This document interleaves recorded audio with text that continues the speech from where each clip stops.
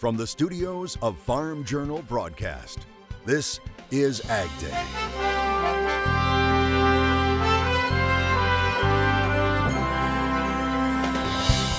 Coming up on AgDay, the U.S. and Mexico agree to restrictions at the border, but what could the impact be on ag labor? If we were to have an impact of a border closing right now, that would be on a significant workforce. As work continues to replenish empty shelves at grocery stores. This is a distribution challenge right now. A rallying cry from the Secretary of Ag as the country fights back against the coronavirus. But you're the real heroes in this effort. Good morning, I'm Clinton Griffiths. Farmers and ranchers are now on the front lines when it comes to fighting the impact of the coronavirus. The U.S. Department of Homeland Security issuing guidance on 16 critical industries it says must maintain a normal work schedule, among them food and agriculture. To that end, DHS is recognizing thousands of jobs in ag and related fields as critical right now. Everything from the people who supply the inputs to the farmers and producers who grow the food and care for animals to transporting, processing and packaging of food for stores and carry-out restaurants to the workers at the stores and restaurants as well. If their job is in food, they are probably on that critical list. DHS saying these workers should maintain their normal work schedule. People we spoke with calling the designation very important to their livelihoods. A couple weeks ago, we were thinking like, how do we get everything here that we needed here? And knowing that they have deemed agriculture a critical industry, that means that everything that we need will get here and the farmers will be able to plant their seed. Agriculture Secretary Sonny Perdue speaking to the people he says are working on the front lines of the food supply chain right now. You've probably heard me say before, our motto at USDA is do right and feed everyone. We can't do that alone at USDA, but you're doing it. And I want to just thank you from the bottom of my heart for what you're doing day in and day out. Stay at the job, make sure America, you know that America depends on you. If we're going to have the food we need to feed our families, you're the ones that can make that happen. Thank you, God bless you, stay safe, and God bless America. Meanwhile, the effort to keep food going to the grocery stores in the midst of high demand continues. Many grocery stores across the country limiting their hours in an effort to give workers time to restock the shelves. But industry leaders insist there is plenty of food. There is plenty of food. Milk production is strong. Farmers are getting back in the field. It's time for harvest on citrus down in Florida. So this isn't about whether we have goods available. This is a distribution challenge right now. Another issue right now, concern about farm labor. The president announcing the U.S. and Mexico will sharply curtail cross-border travel in an effort to save lives from the virus. President Trump says trade will not be affected. AgDay national reporter Betsy Gibbon joining us. Betsy, there will be no ban on people traveling for work or other essential activities, but what does this mean for immigrant workers on the farm? Clinton, they don't know right now. This is a concern with the border that growers have on top of being unsure if they're going to receive all of their immigrant ag labor. That's labor needed in the Southwest, in the Southeast, if not now, very soon. Another big announcement as President Trump says there are some travel restrictions with Mexico. The Department of Homeland Security assuring there won't be interruptions with travel and trade. We want to make sure that cargo continues, trade continues, healthcare workers continue to be able to traverse that border. There are still worries for growers who need immigrant ag labor from Mexico and utilize the H-2A program. They may not receive all of their help. The American Farm Bureau Federation is trying to get H-2A visas under the emergency category. As of Friday, some were being processed, but not all. So as this border closure is just unfolding right now, we are waiting to see how H-2A will be treated per that new guidance. AFBF still trying to figure out how many of the more than 200,000 current workers from last year are in limbo too. We are still waiting to hear from the State Department if they have been able to identify how many individuals or what percentage of H-2A applicants fall under that interview waiver. So that little spur is out. Chalmers Carr is the president and CEO of Titan Farms, the largest peach grower on the East Coast. 100% of his temporary workforce in the summer is made up of H-2A workers. I employ 727 H-2A workers, or that is my anticipated workers for this year. We have 390 of those in country already. He had 68 immigrant ag workers on his buses to his farm Friday. About 40% of the H-2A workforce crosses between mid-March and mid-May. So in general, if we were to have an impact of a border closing right now, that would be on a significant workforce. Impacting weeks of preparation on the farm. Reporting for AgDay, I'm Betsy Gibbon. Amid the battle against the coronavirus, U.S. grains getting some support, with China making a big buy of U.S. corn and wheat last week. USDA announcing China purchased 750,000 metric tons of corn and 340,000 metric tons of hard red winter wheat. The wheat sale appearing to be the largest U.S. daily wheat sale to anyone in 7 years. USDA also saying private exporters sold 110,000 metric tons of soybeans for delivery to unknown destinations. Now, this may confirm rumors of Chinese business last week out of the Pacific Northwest. We'll have more on how this moved the markets on Friday coming up. The first full week of spring is bringing plenty of rain with it. Here's more now from meteorologist Mike Hoffman. Well, good morning to you, Clinton. That's absolutely right. We kind of have a wet pattern, especially for the eastern and the far western areas. You can kind of see that on the jet stream. Whenever you have a trough off the west coast, which is going to be the case a lot, we're going to have some moisture coming into the California, the southwest, and into the middle of the country. And we're going to have little systems moving through the upper Midwest, and each one of those could bring just a little bit of moisture. But it's really going to be where the Gulf moisture and Pacific moisture kind of come together that gets the most rain. We'll show you that coming up on our next hit with weather. But in some areas, winter still has its icy grip on things. Ben Tilburg sharing this picture of how things look on the ground in Wisconsin. He said this week was looking a little nicer, though. I'll have more in your forecast coming up in just a little while. Can commodities start moving prices in their own direction rather than following the stock market? We'll ask coming up in analysis. And later, if you're ready for planting season, we've got the spring forecast in a new series called Weathering the Storm. That story right after Mike Hoffman discusses this week's outlook today on AgDay.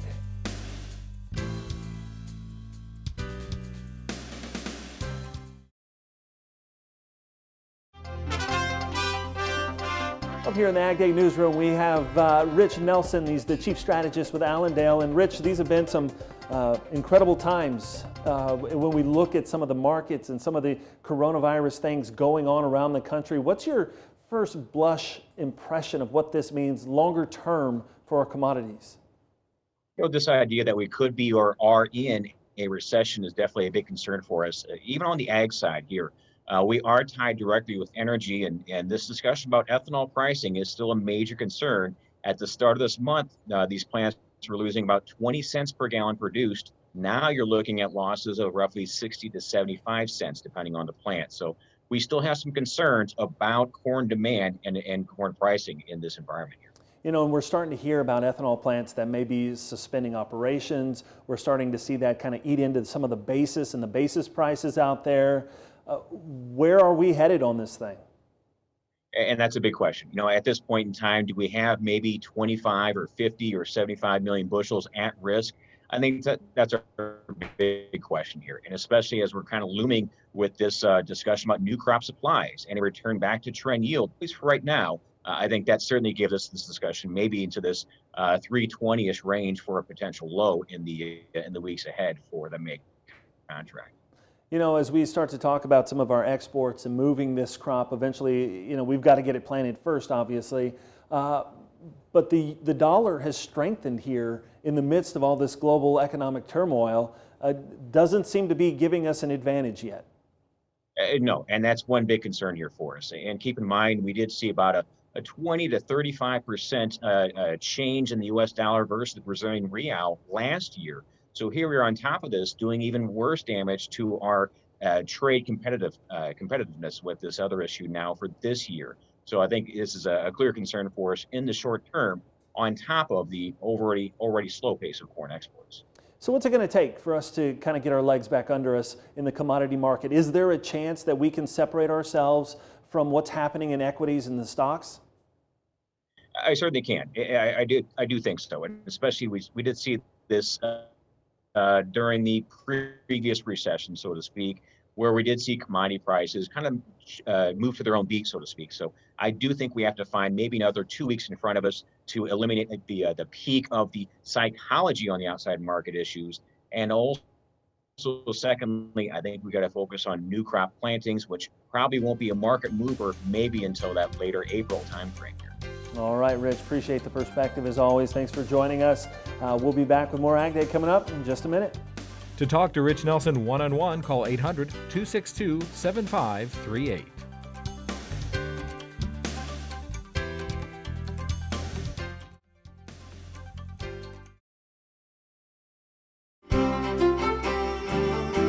This is definitely not a springtime scene. This is just a few days ago near Denver, Colorado. The area seeing up to 8 inches of snow. It was the biggest snow event since November.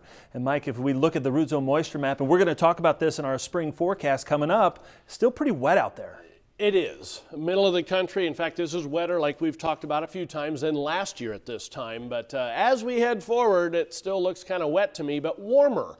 And that may make a difference compared to last year. But here's the root zone moisture right now. You can see those wet areas in the upper Midwest down into the southeast. And that kind of stretches back into the southwest, as you can see, kind of south of that Four Corner region. That's why that drought monitor has improved so much in that part of the country. But it's getting drier from Central California northward. A lot of the moisture has been coming in south of the growing regions in Central California over the past few systems. So we'll see if that changes or not. Let's check out the drought monitor. Really, when you just look at this map as a whole, I mean, there's very little drought compared to normal across the country, but this area in South Texas really sticks out from the Houston area all the way down to El Paso and back into the central Rio Grande. It's gotten a little drier in Florida. It's gotten drier in Central California on up into Oregon, and it has remained fairly dry, Four Corner region into the southwest corner of Kansas. So here's the overall look as we head into this week. We have a couple of storm systems kind of coming into the west coast, a weak one moving through the upper Midwest and the Great Lakes. Middle of the week, another one kind of doing the same thing in the southwest. That comes eastward for Thursday and Friday and on into next weekend. And yet we have another trough off the west coast. But what this means is it warms up in between all these systems for the middle of the country, and so that's why I'm going above normal for temperatures, really most of the eastern 2/3 of the country, except for the northern plains where I'll go near normal. Below normal, though, for most of the west, as you can see from the Continental Divide westward. Precipitation this week, we are going to have these systems coming in, but I don't see any big ones probably affecting the far southwest, so we'll go below normal there. But from the Tennessee Valley to the Great Lakes northeast, above normal, and also above normal in the far western portions of California. 30-day outlook, above normal temperatures expected for most of Texas, most areas east of the Mississippi Valley. Below normal then northwestern plains and the northern Rockies. Precipitation over the next 30 days will go above normal in that same area from the Gulf Coast into the northeast, back into the Intermountains, and then a below normal area there, western Texas and the northwestern portions of the country. That is a look across the country. Now let's take a look at some local forecasts.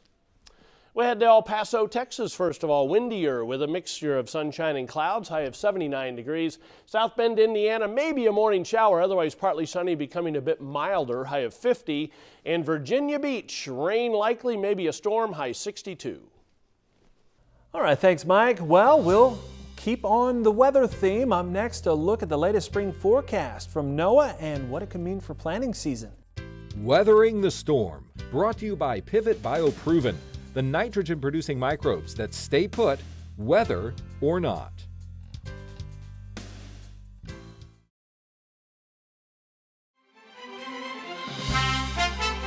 This week, we'll be taking a look at some of the weather, water, and climate-related issues facing farmers as spring planting is set to begin.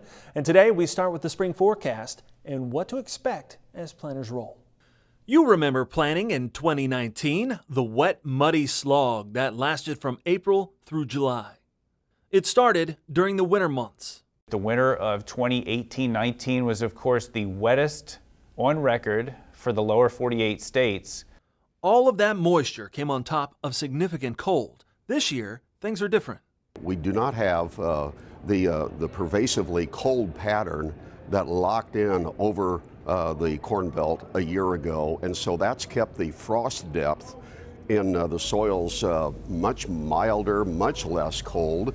It was only the 19th wettest winter during the 125-year period of record. Looking at NASA's root zone moisture maps, you can see how wet many areas still are. This was March 25th, 2019, right after that bomb cyclone hit the Midwest. This is that same root zone moisture map from this year. We actually have wetter conditions than what we saw this time a year ago in parts of the northern Corn Belt, the northern plains, the Great Lakes region, and a few areas in the eastern Corn Belt as well. Rippey says those areas are ripe for more flooding and planting delays, some of which has already started, like this flooding in the Mid-South and South during February. So what can producers expect weather-wise this spring? The National Climate Prediction Center is calling for warmer weather across most of the country, with one exception. I would say the northern quarter of the Corn Belt, north of Interstate 90, where the snowpack has still been very heavy, and there's going to be some real issues in that part of the country. When we look at temperatures, I'm going above normal in most of this area, probably not the northwestern plains, and that wasn't the case last year. So you can dry things down a little quicker when you're warmer, and you probably hope for more scattered, like heavy thunderstorms rather than widespread general rains. And speaking of rain, the Climate Prediction Center calling for greater chances of moisture across most of the east. This is a pretty wet weather pattern. I mean, it's bringing a lot of Pacific moisture into the pattern. We always have the Gulf moisture available, and so I still see fairly wet conditions more than likely through the middle of the country, a lot of the Corn Belt. Getting specific to the Midwest, I think given the fact that we have a lot of snow to melt in the far north, and we have wet weather still on the way, northern and eastern Corn Belt, I think it will be a slow start to the planting season. But not everywhere is a target for warmer weather and more moisture. Alaska is coming off its coldest winter in 21 years, and now that air is moving into the western U.S. For the most part, that cold air has been bottled up. Now in mid-March, it's making a push to the south, and it looks like it's going to stick around for a while across the western United States and for parts of the northern plains. However, that cold threat won't last forever, and milder temperatures are on the horizon. Anytime you have all this moisture coming up here, moisture coming into the southwest, at least in this case, unlike last year, we're not cold. We are expected to be above normal, and that does help to dry things down a little quicker. Drying down and hopefully getting into the field sooner rather than later.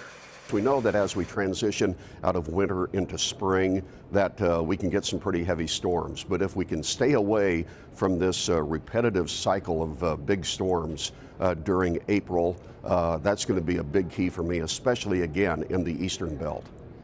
We won't end a Monday without hearing from our good friend Machinery Pete. Auction prices on good condition used semis shot through the roof last week. Stick around, we'll talk about it.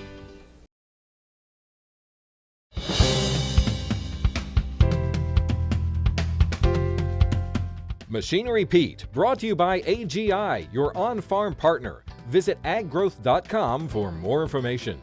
There's always some kind of trend in the machinery market, and today Machinery Pete fills us in on some off-farm equipment, semi-trucks, and recent price trends.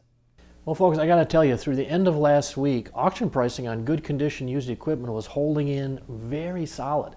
And no question, the hottest sector in the market was good condition used semis, which makes sense given the unbelievable pressure the trucking industry is under with the virus situation. Now let me give you a couple examples of what I saw last week on the auction market. Last Thursday on a dealer auction in north central Indiana, our friends at Sullivan Auctioneers sold this beautiful 2005 Peterbilt 378. Had 555,000 total miles on it, I think 12,000 and change miles on an overhaul. And it went for $72,000, which is the third highest auction price I've ever seen on a Pete 378. Now 2 days before that, a farm auction out in central Minnesota, our good friends at Henslin Auction sold this very sharp 2005 International 9200i day cab semi. And this thing had just over 400,000 miles on it and went for $35,000. Now that is the second highest auction price I have seen on a 9200i sold without a box.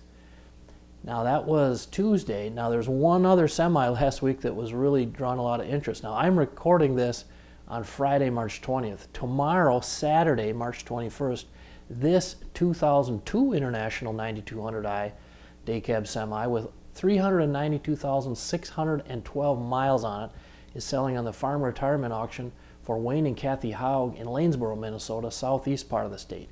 And one day before the auction, the online bid was already up to $32,000. All right, thanks, Pete. And that's all the time we have this morning. We're sure glad you tuned in. From all of us here at AgDay, I'm Clinton Griffiths. Have a great day.